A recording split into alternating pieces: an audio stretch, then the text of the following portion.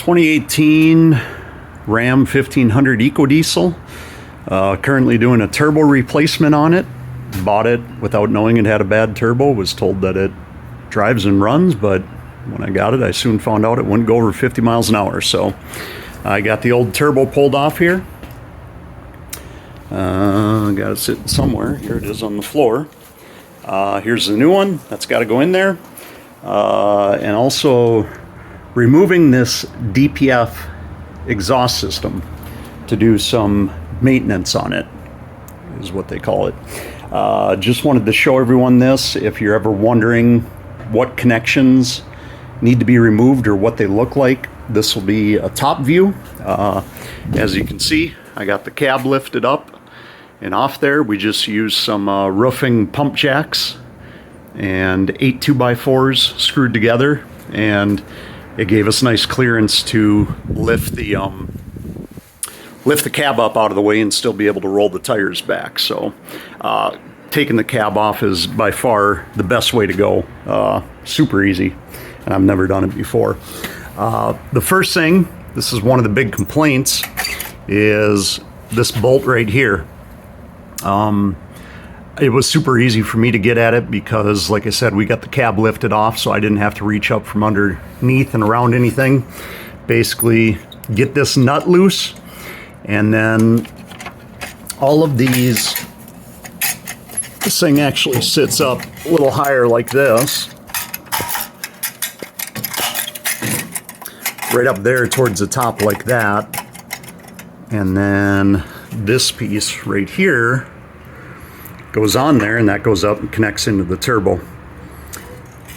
And so you get that loosened up, get this pulled out of there, and then take a flathead screwdriver and just kind of pry these three things away that are on the side, and that'll get it loosened up where you can get it pulled down and then somewhat out of the way. Also had this bolt right here that connects on to the muffler here, the exhaust, and holds it into place. And then going down the line, we had this connection right here. That's this first one here. This one is just a standard where you got to push down on this thing in the back to release it so that you can pull it out. Second one in line would be this next one, and you can see where that one snakes to right here, and that's right up on top here next to the other one. This one's got this little white tab on the side. You got to take a flathead screwdriver and pry that over, and then that'll release the clip here that you can push down on to release it out of there. The next two things are these. I think these are the come on. These two right here, I think these are the DEF injectors that feed into there. They got kind of this goofy little, you can see that orange thing in there. You kind of have to pry it forward on both sides, and then you're able to push it down and out of there. And it's like a quick disconnect, and then those two pull out of there. On the bottom side of this one here, I had to disconnect that out of there to be able to get at this nut right here that holds that on. So I basically unscrewed that, got that out of there, and then I was able to pull it to the side to get at that nut to get that one out. Then we go down here a little further. We got this green one here that is similar to that blue one that we had up top there. It's got one of these little tabs that you have to pull out to the side, and then you're able to push on this to release it back there. And then this thing right here, this is the what hooks up to the heater, I think, for the DPF system. That's just got these clip on that side and one on the other underneath side.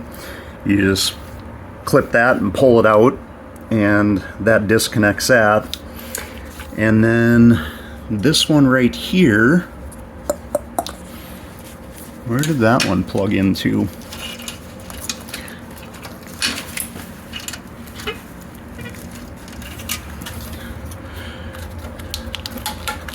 think that went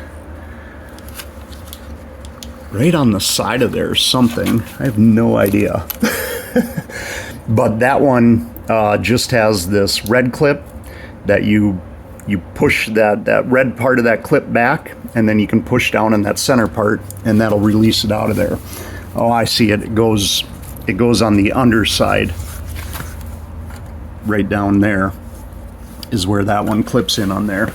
I also had to take off. I wanted to keep this whole DPF system all intact. I didn't want to use Sawzall or anything to get it out.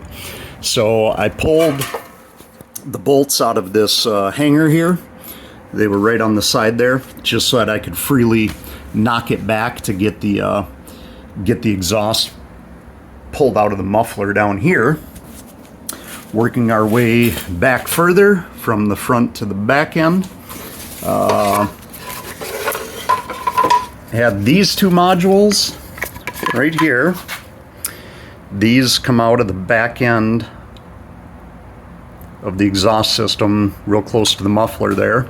And these two modules come right up under here. And one of them was on the bottom side, which would have been this one, and this one was mounted on the top side of there.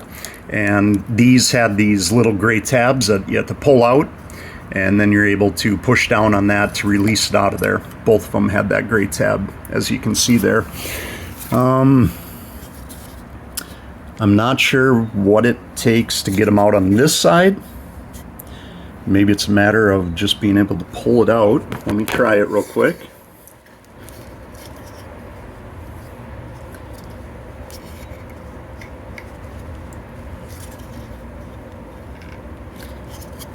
No, that doesn't pull out of there very easily, so that's that. And then the only other thing that I had was I had to soak it up good with some penetrating fluid and then knock it out with the hangers and a hammer from underneath and a short little 2x4. And I got the whole thing disconnected now, knocked out of there, ready to be lifted out of there, and all in one piece so that I can perform my maintenance on it.